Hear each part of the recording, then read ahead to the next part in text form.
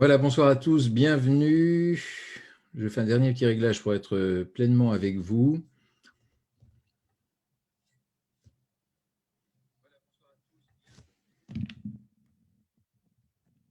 Que c'est compliqué hein, de passer de Zoom à Facebook en permanence.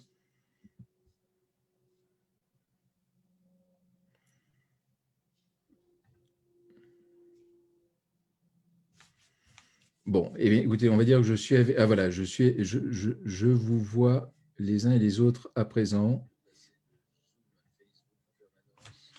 et je m'entends en même temps, donc ça, c'est pas très bien. Voilà. Soyez les bienvenus pour cette petite réflexion hebdomadaire autour de la paracha Miketz. Je suis navré pour la semaine dernière parce que nous avons été coupés au bout de 2 minutes et j'espère vraiment que j'aurai les 9-10 minutes nécessaires simplement pour un tout petit éclairage autour de cette paracha. Petit éclairage parce que c'est le 8e soir de Hanouka, donc nous sommes déjà tout à la fête et peut-être d'autres idées que d'étudier la paracha, mais nous nous y préparons pour pouvoir directement à la fin de la fête de Hanouka entrer ensemble dans le temps du Shabbat et cette belle paracha Miketz qui est très très souvent liée à la fête de Hanouka, tout comme Vayeshev la semaine dernière. Et pour comprendre une paracha, souvent il faut voir la fin de la paracha précédente. J'ai tendance à le dire. Dans la paracha précédente, la toute fin de Vayeshev, on voyait que Joseph s'était retrouvé dans une situation dans laquelle, alors il est en Égypte, ils sont tous descendus en Égypte, mais dans une situation qui est peu enviable puisque soumis très rapidement à l'esclavage. Et voilà que Joseph a été en mesure d'interpréter des rêves devant ce fameux maître échanson dont on parle dans la Torah.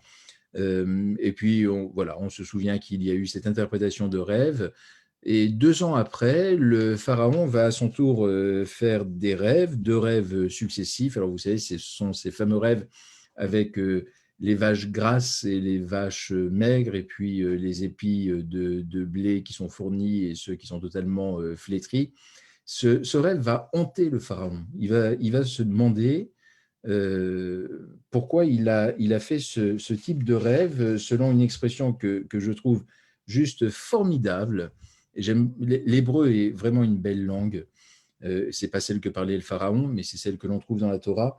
Et pour dire qu'il a rêvé, le pharaon, Vayomer Pharaon El Yosef, le pharaon a dit à Joseph, Chalom Chalamti. Littéralement, j'ai rêvé un rêve, j'ai rêvé un rêve. On aurait pu s'attendre en hébreu, je ne sais pas, Chalom Asiti, j'ai fait un rêve. Mais non, pour dire j'ai rêvé, c'est j'ai rêvé un rêve. On est dans une sorte de mise en abîme qui est absolument formidable, où le fait de rêver appartient déjà au rêve. On est dans une autre dimension et on se rend bien compte pour chacun d'entre nous qui rêvons, qui avons tous cette chance de rêver, eh bien, on se rend bien compte qu'il y a quelque chose d'absolument suspendu comme ça dans le temps lorsqu'on rêve, et ça nous est tous arrivé de nous réveiller, alors soit soudainement au milieu d'un rêve, en se demandant mais comment j'ai pu rêver une chose pareille, ou alors au petit matin, en se levant, on se souvient du rêve que l'on a fait, et on est surpris, on se dit mais comment mon esprit a même pu concevoir ce type de rêve? Comment je suis arrivé à cela? Alors, heureusement, depuis, la psychanalyse est arrivée et est là pour dénouer un petit peu ces nœuds et donner un sens à ce que l'on peut rêver et ce qui vient se nicher dans notre inconscient ou dans notre subconscient, essayer de donner un sens à tout cela, parce que l'on s'est bien rendu compte d'une chose, et Joseph l'a compris, c'est que les rêves ont un sens. Et il n'est pas un seul rêve qui ne puisse avoir de sens. Alors souvent, on a tendance à diviser les rêves en 2 catégories. On va parler des rêves et puis on va parler des cauchemars, alors qu'on sait très bien que les cauchemars appartiennent à la même catégorie que les rêves. En réalité, il y a des rêves, comme le disait Maïmonide, il disait il y a 2 types de rêves que l'on fait. Il y a les bons rêves et les mauvais rêves. Mais attention, les bons rêves, ce ne sont pas les rêves qui sont doux, qui sont agréables, et les mauvais rêves seraient les cauchemars. Non, Maïmonide nous disait, au fond, les bons rêves, ce sont les rêves que l'on parvient à interpréter. Les mauvais rêves, ce sont les rêves que nous n'arrivons pas à interpréter et ceux qui nous hantent finalement. Parce que ceux que nous arrivons à interpréter sont là pour nous éclairer, qu'ils soient bons ou qu'ils soient désagréables. En tout cas, ils ont un sens et ils nous aident à réfléchir, à réfléchir à ce qui s'est passé, pourquoi nous sommes arrivés à ce rêve et puis qu'est-ce que l'on peut en faire. Mais un mauvais rêve, c'est celui qui reste, écoutez, c'est très freudien, c'est la lettre qui n'est pas ouverte. Donc, si vous avez une lettre et qu'elle n'est pas ouverte, elle n'a aucune utilité, elle n'a aucun sens. Un mauvais rêve, ce sera très précisément ceci. C'est-à-dire le fait de ne pas pouvoir donner un sens à un rêve. Et ici, Joseph va se trouver face à deux rêves du pharaon. Le pharaon aura épuisé toutes les voies de recours possibles et inimaginables pour donner un sens à ses rêves de ces fameuses vaches grasses et vaches maigres et les épis de blé. Honnêtement, quand on lit le récit biblique et qu'on lit ces rêves tels qu'ils sont donnés par le pharaon, on se dit c'est pas bien compliqué comme interprétation. Alors peut-être parce que c'est rentré dans le langage courant, c'est-à-dire qu'aujourd'hui on parle volontiers de vaches grasses et de vaches maigres pour parler des années fastes et des années de disette. C'est précisément ce que va dire Joseph. Il va dire voilà, les vaches maigres représentent des années de disette, de famine. Les vaches grasses, au contraire, sont des années d'abondance. Eh bien, Joseph va dire au pharaon les années d'abondance, il va falloir mettre de côté en prévision des années de disette pour pouvoir nourrir le peuple. Et le pharaon, cette explication, ça va lui plaire. Ça va lui plaire pour deux raisons. La première raison, c'est que nous dit le Midrash, mais les commentateurs nous le disent également, Pharaon n'avait donné à Joseph qu'une toute petite partie du rêve. Il n'avait pas donné tout le rêve comme il avait pu le donner à tous ses conseillers au préalable. Et il avait voulu jauger un petit peu Joseph. Donc il ne lui avait donné de son rêve qu'une vision très parcellaire. Et Joseph est arrivé quand même à démêler les fils avec cette vision à minima. Donc d'un seul coup, il va avoir un rôle qui va apparaître important.